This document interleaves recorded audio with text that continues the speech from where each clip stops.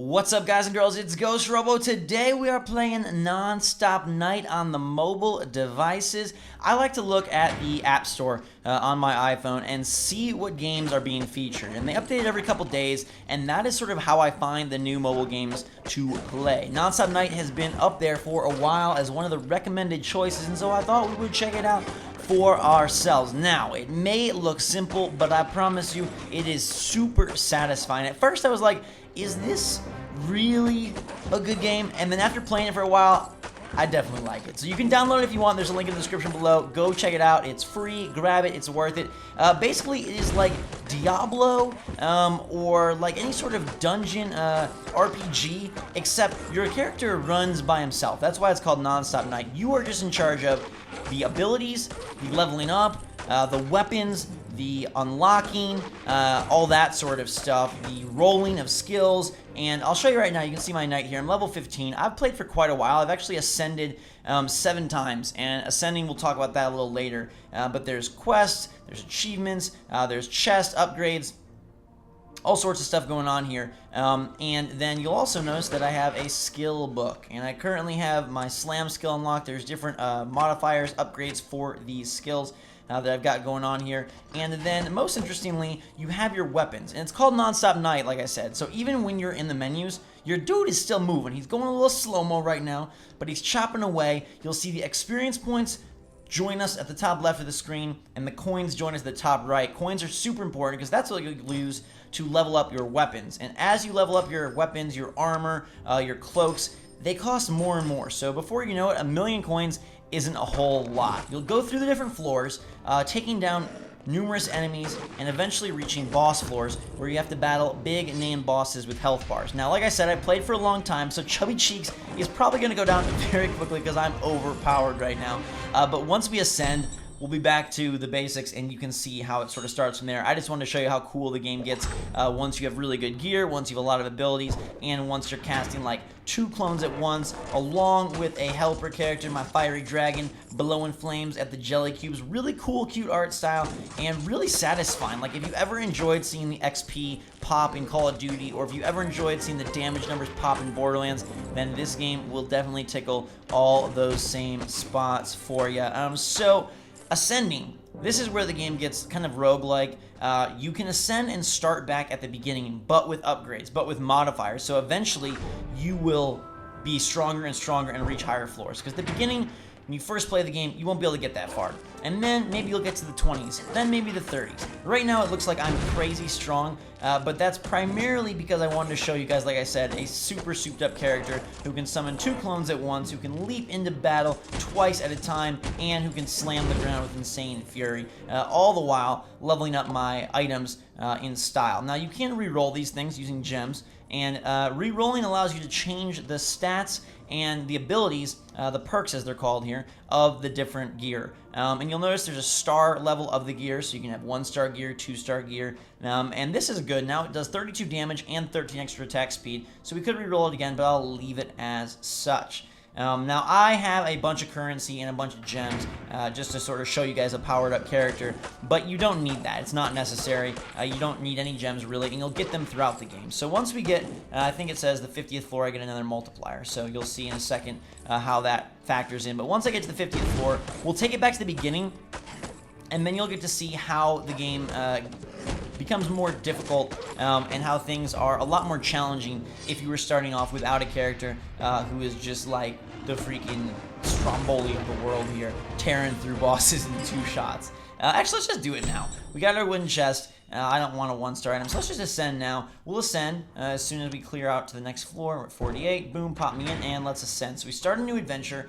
It takes us all the way back up to the 1st floor, and now we get to play through it again. But because it's non-stop, it's not like frustrating or anything. In fact, you just go quicker every time. And so it becomes sort of this like really cool speed game to see how far you can get, how fast you can go. We got tokens. Now, we also have rewards here, which is a lovely potion. And we start back at the beginning. Now, I've got basic armor, a rusty sword, and a crappy old cloak. And you'll see that guys go down in a couple of strikes. They challenge my health a little bit, but you'll notice that I am still strong, and that's because I've ascended 8 times. And by ascending 8 times, I've boosted my damage quite a bit. When you ascend, you get to pick some of these upgrades for your knight, for your overall game.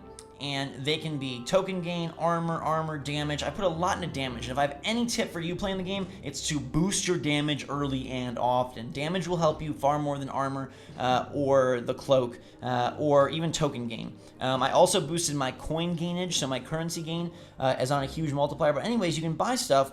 I'm going to buy token gain here. And the more you buy, the more different upgrades appear. And one of them is this Frenzy Bottle, which I'll show you in a second here. I usually like to use the Frenzy after the first boss. But I'm much stronger than I started off. If I was at the very beginning, you know, I would be dying and I'd have to use health potions or make sure I was using all of my skills in quick succession as soon as they recharge to stay alive. But because I've ascended a bunch of times, now I can be pretty awesome and tear through everybody. And I've got a helper character, sort of a sidekick here, shooting flames from the skies above. I really like the enemy design. And the game also can run while you're not playing. So it won't fight bosses, it won't make upgrades, it won't do any of the sort of tricky stuff. But it will gather more coins for you. So Nonstop really means nonstop. When you're not playing, he still is here.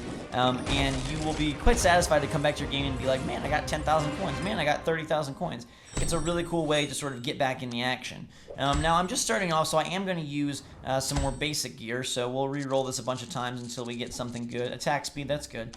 And it's visible on your character, so you will see as you get more and more gear and whatnot, that your character does change visually, which is fun. Non-stop time is something you get. You get a non-stop potion when you ascend, and these things allow your knight to just tear through enemies and then quickly teleport rather than run to the next segment of enemies. So it's great to get a lot of kills, to get a lot of coins.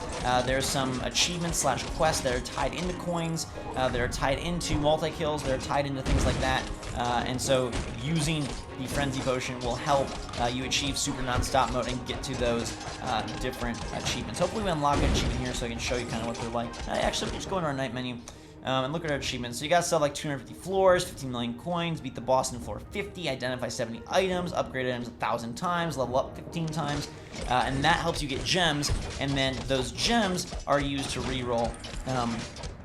And they can also be used to buy tokens, and then again, tokens can buy upgrades, so it all feeds into each other. You can spend money, but you really don't have to. So if you want to, great. If not, you'll be totally fine, and you can tear through stuff. Like I said, I've played for a couple of hours now, so we're very far along in sort of the progression, and that's why we're just tearing it up. But like, as like a little quick distraction, I find myself with like iPhone games and stuff that I buy a lot of the more in-depth games, and then I end up not having a lot of time for them, because I don't commute, and I don't have, you know, like a lot of like long lulls in my day. So when I am going to play something, it's like when I'm waiting for somebody or waiting for a video to finish processing or whatnot. And so I want to use games that have sort of like quick hit fun and quick hit satisfaction. And this is one of them, especially just progressing your character. I like that even when you die, there still is a sense of gain and there still is a sense of growth. And you'll notice that right now, this boss battle currently is impossible. So my boss battle is impossible. So I am going to need to level up my gear because my wood splitter here is only level 1. So I'm going to upgrade that, and then taking it a few levels up now makes this battle ready. And when it says battle ready, you know that you're ready to take on the boss and have a good chance of beating him. And we will here quite quickly. Like I said, before I ascended, when I first started the game off, bosses were tricky and I was dying. Looks like we got a new helmet. Your armor is in the form of helmets, which I think is kind of cool. This is makeshift mail. We'll re-roll it. The number of stars dictate how many perks it has. 45% armor, that's a great one. And we're moving through the floors, and the floors, you know, I kind of wish that you know, got to move through the floors yourself, but it would change the entire concept of the game. And like I said, for sort of the quick hit that it is, and it doesn't really require all of your attention, it's a really fun distraction to play as you are just hanging out. And at first, like, I'll be perfectly honest, I thought that I would hate the game. I don't really like clickers. I don't really like simple stuff, but there's something different about this one, and I think it's the fact that your character is dynamically moving through the world as if it was a more, you know, controlled game, and so it doesn't lose any of the polish or the presentation or the graphics or like the coolness of a you know, quote, regular game. Like a lot of clickers just boil down to simplicity, but this one looks good, and the fact that you get to do the abilities, I think that's crucial. So you're not just clicking randomly, you are selecting different abilities, and early on in the game before you ascend, you really will need to manage those abilities to make sure that you're picking the proper ones. So as a game that can help me like a genre, and I find like fun in a way that combines roguelike elements, clicker elements, action RPG elements, I give it like 2 thumbs up, because major kudos to Coppola Games and the team for developing something that can be fun in a genre that I previously didn't think was for me. I think that's always impressive when games that, you know, aren't really my style, I find super fun. And like, lo and behold, I've been playing this a lot, and my brother was like, why are you playing this game? It's automatic. And I was like, dude, it is actually super satisfying. The sound effects are great. It's cool to see how many guys you can get at once, like when I got that 8 kill, which was pretty awesome. And eventually ascending and leveling up your character, so he's literally just tearing through stuff. And then you use those frenzy potions to move through floors quickly. You leave the game, and he will progress to the next boss. You can come into the boss battle and just see how far you can really go. Plus, there's just things satisfying about like upgrading all your stuff, seeing the numbers go up. I know that sounds silly and simplistic, but it really is true. Like spending all your coins like this, watching him duke it out in slow motion, and then unlocking achievements, claiming your gems, going and buying mortar perks, and eventually becoming just like the ultimate boss knight is pretty cool. And then comparing with friends and leaderboards and stuff is a lot of fun. And you'll notice we tear through people now, but I promise you, we didn't at the beginning. And I kind of wish that I would have shown you the very start of my character, so you could have seen how it was a totally different style. Yeah, if you click the link in the description, you can download the game. Super recommend that you do that. It is totally free. You got a scary mantle here. I don't really need armor, so I'm going to go for extra damage. Because I want you to know that I have put all of my, or almost all of my, tokens into damage upgrades, so I'm at like plus 200 or plus 300 damage right now. Looks like we leveled up, and we got a heal clone. Interesting. So right now we don't need this, but that's a skill that we could add. I like double clone because that gives me 2 charges before it refreshes, but heal clone, eventually there's others as well. You can see with leap, like I could do gold, so now every time I smash the ground, I only have 1 charge of it, but now gold pops out if I want to get even more gold.